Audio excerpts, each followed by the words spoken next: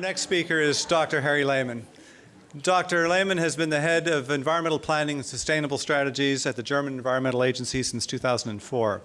He's one of the founders of Eurosolar, and in 2011 he became executive chairman of the World Renewable Energy Council. Since 1985, Dr. Lehmann has lectured at various universities, most recently at the University of Luneburg, and he's one of the intellectual leaders of the very well-known German energy transition. Dr. Lehmann, please. Thank you for inviting me. Okay, we start with 10 seconds of pause. So you have time to concentrate. This is the place where we are living. It's the Earth. Someone lives in the Philippines. I live in Germany there. And I'm trying to take you with a small story about unsustainable living on this Earth. We are producing all our welfare by digging out a lot of resources, by using up fossil fuels and destroying our environment. This is a clearly non-sustainable system. And if we want to survive for the next generations, then we will have to make a big transformation from this machine producing waste, eating up our Earth, to a machine which is much smaller, running with renewable energies, and using less resources than that we are using today. Each of you 80 tons per capita per year on average.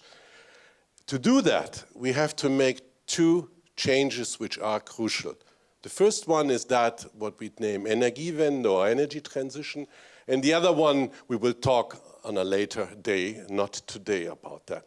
But if we look at the Energiewende, which is running in Germany, this is nothing new.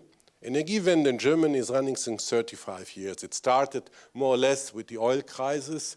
It continued with the discussion about phasing out nuclear plants, and we had two dates where we decided to phase out nuclear plants in the year 2000 and after Fukushima. And this 35 years of history is also a lot of history of myself. I made a lot of scenarios, also wrong ones. I promised that Germany has 30% of renewables in 2030. It will be next year or something like that, so it was faster than we thought.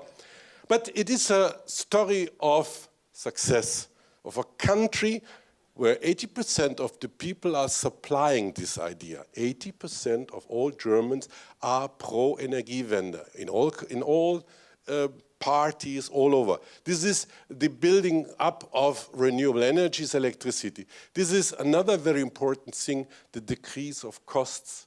Wind and PV are cheaper than other decarbonization options today in Germany. And this is also good because now we are starting to gain money with making the Energiewende.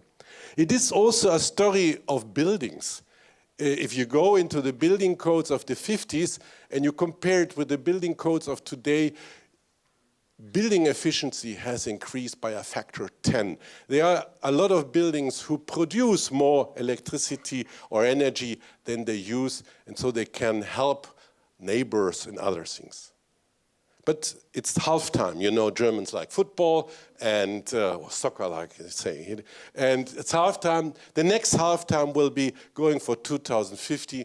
And 2050 means we have to reduce the greenhouse gas emissions by 80 to 95% in an industrialized country.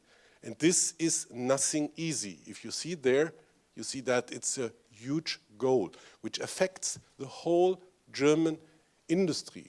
The way we are living, the way we are producing, the way we are selling our products. It is a complete change of an industrialized country, and as someone who is working at the Federal Environmental Agency, making a policy advisor, I can tell you that this will change German society, production in German society dramatically. But is this possible?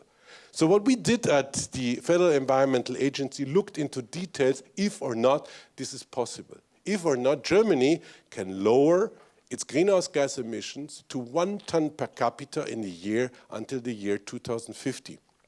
Yes, it is possible. And someone already told all the technologies which we need for that. I assumed that, so I don't tell them. We have to go through all sectors.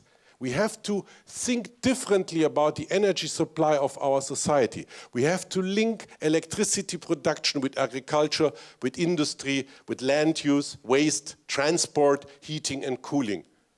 And if we talk about heating and cooling, we are in the midst of renewable cities, because heating and cooling is something which the cities and the regions need to have. This means that we have to have new buildings, we have to have new mobility, we have to use the regions, the resources of the regions as much as possible. We have to retrofit all buildings. In Germany, we have most of all buildings. If you think about China and India, they will build the buildings, so hopefully they do it well.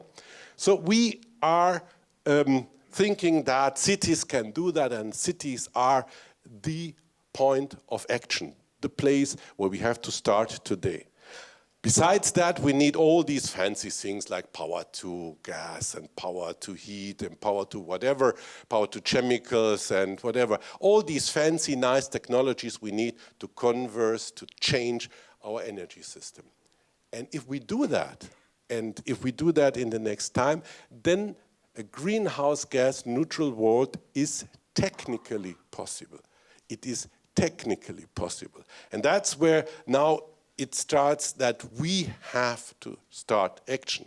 Because knowing that it is technically possible means that we have to deliver policy, we have to deliver actions, we have to deliver ideas, and we have to be actively.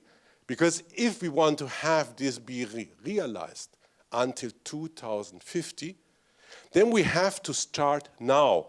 And to start now and here, in each city, in each region, in your own home, in your own buying of whatever you need, in your thinking. And if we do that, then it's possible. Let's do it. Thank you.